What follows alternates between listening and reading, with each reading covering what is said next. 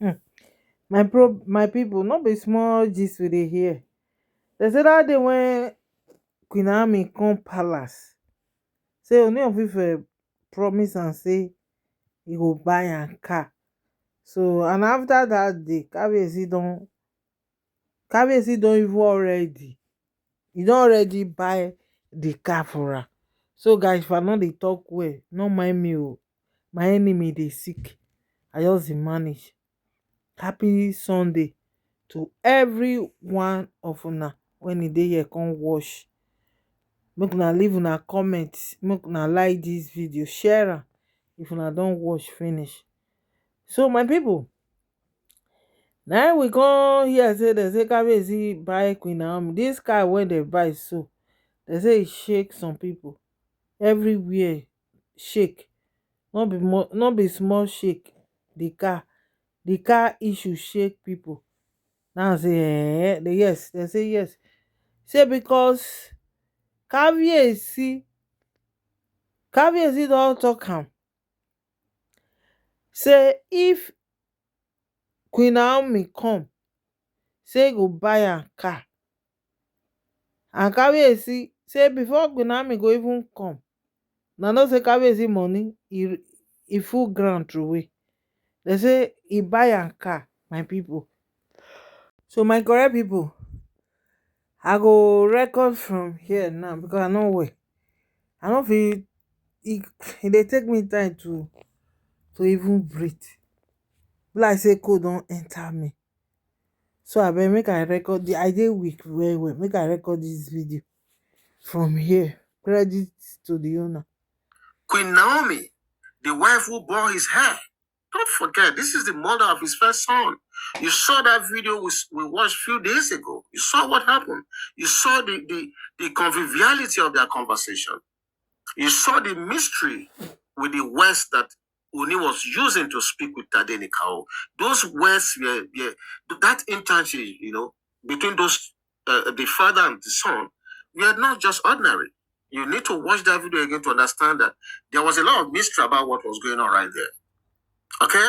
So Ooni of Ife is saying, stop pretending you don't know the difference between your situation and hers. Queen Naomi, like I said, is the mother. Is not just a wife, but the mother, of his first son. The queen who endured humiliation. The queen who left with his son. Who walked through spiritual fire and yet is still standing and is still rising. The Yoruba say, you do not mock what destiny has crowned.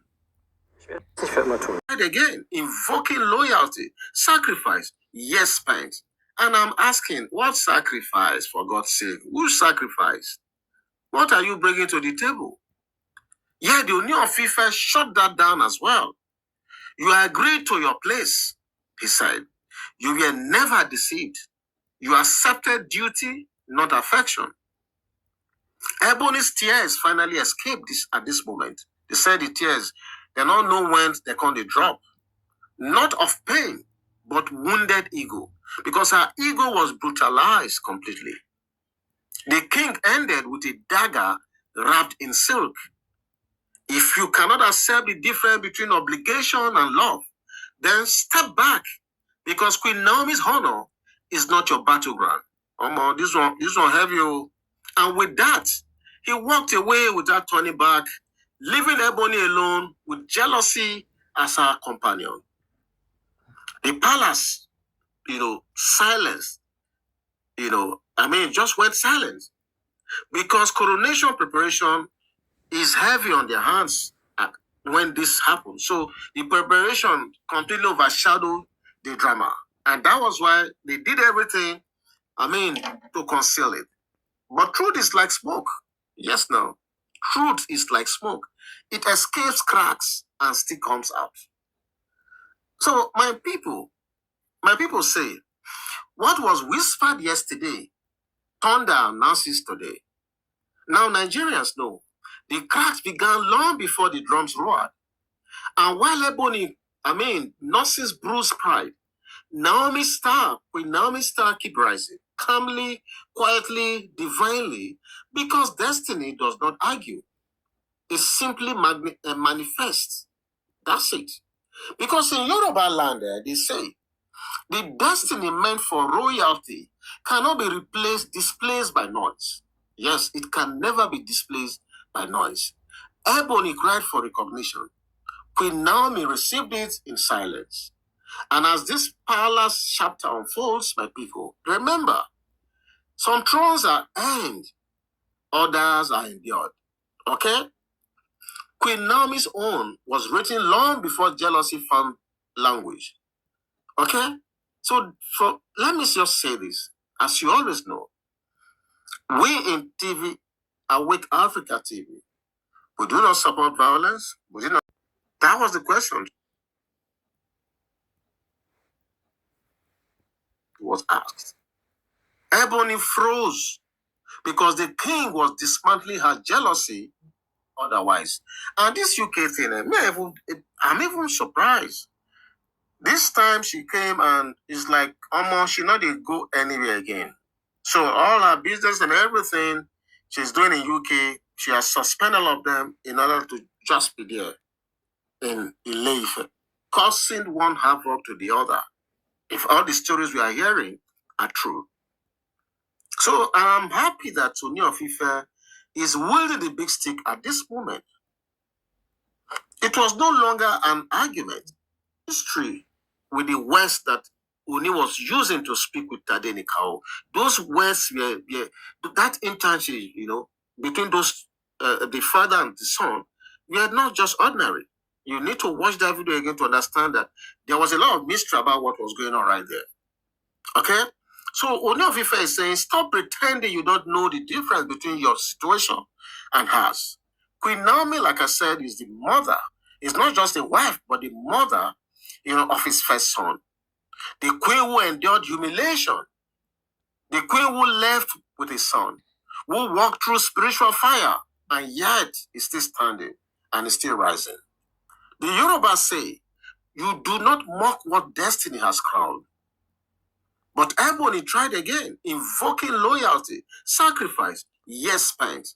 And I'm asking, what sacrifice, for God's sake? Who sacrifice? What are you bringing to the table? Yeah, the Ooni of Ife shut that down as well. You agreed to your place, he said.